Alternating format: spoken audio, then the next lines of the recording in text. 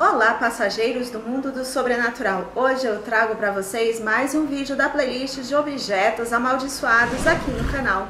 Porém, antes de falar a respeito desse vídeo, eu convido a todos a darem uma passadinha aqui embaixo na descrição e conhecerem as redes sociais do canal. O blog Passaporte para o Sobrenatural e o Instagram, @milas_freitas. Além disso, já deve ter passado aqui por cima o nosso card do canal de gameplays. Ou seja, se você gosta de games, vá lá, se inscreva e participe dos nossos jogos gravados em estreia. Então, pessoal, conforme eu lhes falei, hoje lhes trago mais um vídeo da playlist de objetos amaldiçoados. Todos já conhecemos várias histórias de objetos que carregam consigo uma maldição, uma assombração. Hoje conheceremos a história de um beliche que trouxe muito terror a uma família. Quer saber mais a respeito dessa história, desse beliche? Aguardem após a intro do canal. Até já!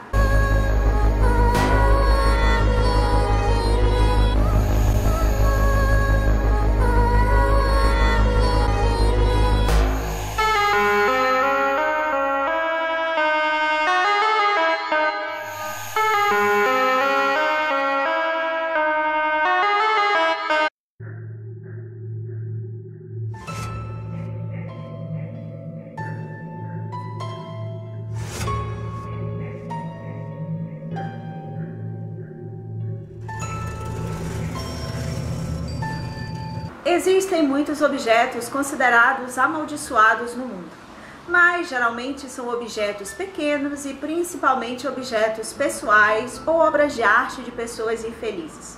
Nesse caso, no entanto, o objeto se trata de cama, uma cama considerada amaldiçoada e poderíamos até dizer assombrada. Tudo começou em 1987 na pequena cidade de Horicon, Wisconsin. Ellen e Debbie Tallman tinham acabado de se mudar e precisavam mobiliar sua nova casa. A compra tinha sido bastante cara, então eles procuraram pechinchas em móveis que vendiam interiores de segunda mão. Em uma dessas lojas encontraram uma beliche adorável, que, embora de segunda mão, parecia intacta e com bom acabamento. Eles compraram o beliche e colocaram no quarto dos filhos, junto com o resto do quarto já comprado em outro lugar. A partir daquele dia, em sua casa, na tranquila rua Larrabee, coisas estranhas começaram a acontecer. Naquela mesma noite, na sala, o rádio ligou por si só e, incrivelmente, começou a mudar de estação, como se uma mão invisível girasse a manivela. Allen culpou o evento por um distúrbio eletromagnético e a família voltou a dormir. Na noite seguinte, no entanto, as crianças correram para o quarto dos pais aterrorizadas, dizendo que uma velha feia estava andando pelo quarto e entrando e saindo das paredes. Eles a descreviam como uma mulher muito velha, com longos cabelos negros e olhos vermelhos como fogo.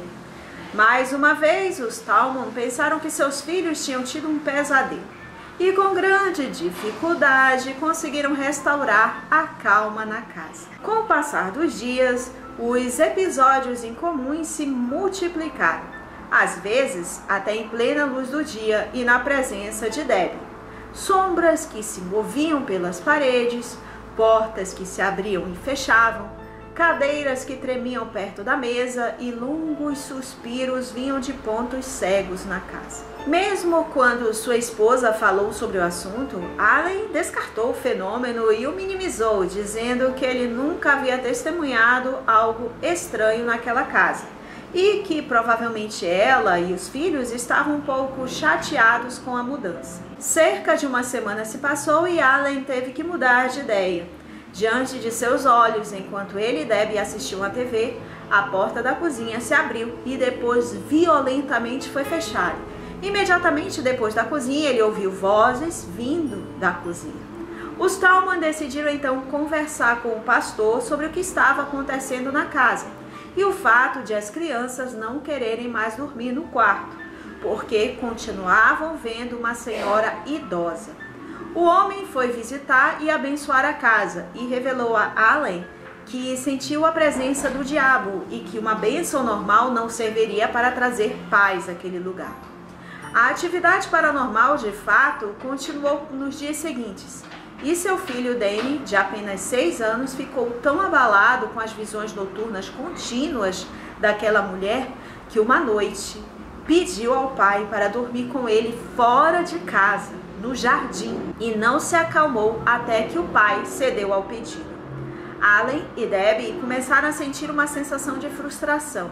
E um dia Alan entrou na casa gritando de alto de sua voz e disse: "Leve comigo e deixe meus filhos em paz." A partir do dia seguinte, qualquer que fosse a entidade presente na casa, ela parece ter aceitado a oferta. Alan ouviu uma voz feminina da garagem chamando-o, e quando foi investigar, viu uma figura negra olhando para ele pelas janelas da porta da garagem, com os olhos tão vermelhos quanto o fogo, que se abriam e fechavam. Ele deu a volta na estrutura, mas não havia mais ninguém. 2 dias depois, durante a noite, as crianças entraram novamente no quarto dos pais, muito assustadas. Alan acordou e viu uma névoa sair do chão e formar uma figura ardente com olhos verdes. Uma voz rouca disse-lhes, abre aspas, "Você está morto", fecha aspas, e depois desapareceu. Alguns dias depois, Alan convidou alguns parentes para cuidar de seus filhos. Alan e Debbie tiveram que trabalhar até tarde naquela noite. Quando voltaram para casa, encontraram os parentes e as crianças trancados no carro, aterrorizados. Disseram ter sido atacados por uma figura horrível que havia saído do quarto das crianças e queriam agarrá-los com longas garras. Os Tallman fugiram de casa e alugaram um quarto de hotel nas proximidades. Os parentes de Alan começaram a espalhar a notícia de que a casa estava assombrada. E alguns dias depois, a mídia e multidão de pessoas começaram a aparecer na Larrabee Street para ver a casa. A história da casa mal assombrada em Horicon foi ampliada a ponto de se falar de chuva de sangue no teto, um buraco no inferno no porão e monstros que apareciam nas janelas da entrada para observar os curiosos. O xerife, então, ele entrou em contato com a família e se encontrou com eles na estação. Depois de muitos dias estressantes, apesar de morar em um hotel, porque pessoas queriam visitar a casa, queriam entrevistá-los, Alan e Debbie decidiram recorrer a um médium e a um exorcista de Madison, os únicos que tinham acesso permitido na casa. A resposta de ambos foi de que o beliche das crianças que havia desencadeado todos aqueles episódios paranormais e que, segundo o psíquico, eles haviam sido leito de morte de uma idosa de Janesville, que acreditava ser uma bruxa. Segundo ele, a alma da mulher, após a sua morte, se refugiou na madeira da cama para não receber o justo castigo no inferno. Durante 9 meses, a vida dos Tallman foi atormentada pelo fato de eles não poderem ir para casa e por pessoas que continuavam a perturbá-los, mesmo à noite, para ter o privilégio de uma entrevista ou até um acesso à casa. Até o xerife, ele teve alguma dificuldade em conter a crescente histeria na cidade e expulsar os curiosos que continuavam tentando entrar furtivamente na casa. A pedido de Alan e Debbie, a cama foi trazida para o jardim da casa e queimada em uma fogueira. A casa então foi repetidamente abençoada e sujeita a ritos de purificação, e gradualmente os fenômenos da casa da rua Larrabee se tornaram cada vez mais raros até que finalmente desapareceram. Apesar disso, as crianças ficaram muito traumatizadas para retornar a uma vida normal naquela casa. E em 1988, os Tallman venderam a casa para se mudarem para um outro lugar. Alguns anos depois, Alan e Debbie concordaram em ser os protagonistas de um documentário em que a história da casa e do beliche assombrado, que fazia parte de uma coleção intitulada Mistérios Não Resolvidos, Fantasmas, foi reconstruída. Então, pessoal, vocês já tinham escutado falar a respeito da história desse beliche assombrado, né? Que foi o leito de morte de uma suposta bruxa, e para ela não ser penalizada, o espírito dela entrou na madeira do beliche. E aconteceu tudo isso com a família porque foram comprar um móvel em um lugar como se fosse, entre aspas, vou dizer assim, um brechó. Foram lá, compraram um produto usado, estava com uma aparência boa, intacto, mas não sabiam a procedência e acabaram levando esse ser para dentro de casa, né? E aconteceu tudo isso, toda essa história e aquela nova vida que eles queriam, uma vida maravilhosa, infelizmente devido a um único objeto, que foi esse beliche, se tornou um inferno, né? Então deixa aqui embaixo na descrição se vocês conheciam essa história, o que vocês acharam. Existe também aqui uma playlist de objetos amaldiçoados, então tem vários objetos, várias histórias assim, tem uma cômoda, tá tudo nessa playlist. Então dê uma olhada numa playlist que provavelmente vai aparecer no final, naquela indicação de vídeo, ok? Então pessoal, eu espero que vocês tenham gostado de mais um vídeo. Se vocês gostaram, dê o like. Não esqueçam de compartilhar esse vídeo com seus amigos, porque assim também ajuda o canal.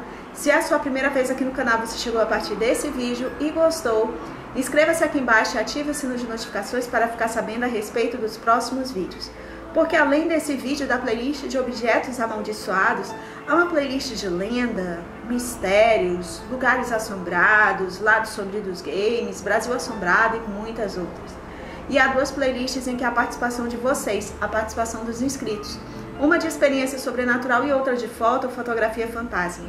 Ou seja, se você vivenciou uma experiência sobrenatural e queira compartilhar aqui no canal, vou deixar meu e-mail aqui embaixo e na descrição, e você pode me encaminhar seu e-mail com o assunto experiência sobrenatural. Ou então pode encaminhar via áudio no WhatsApp que eu vou deixar aqui embaixo e na descrição. Apenas peço que se identifique e diga sua localidade para que eu entre em contato.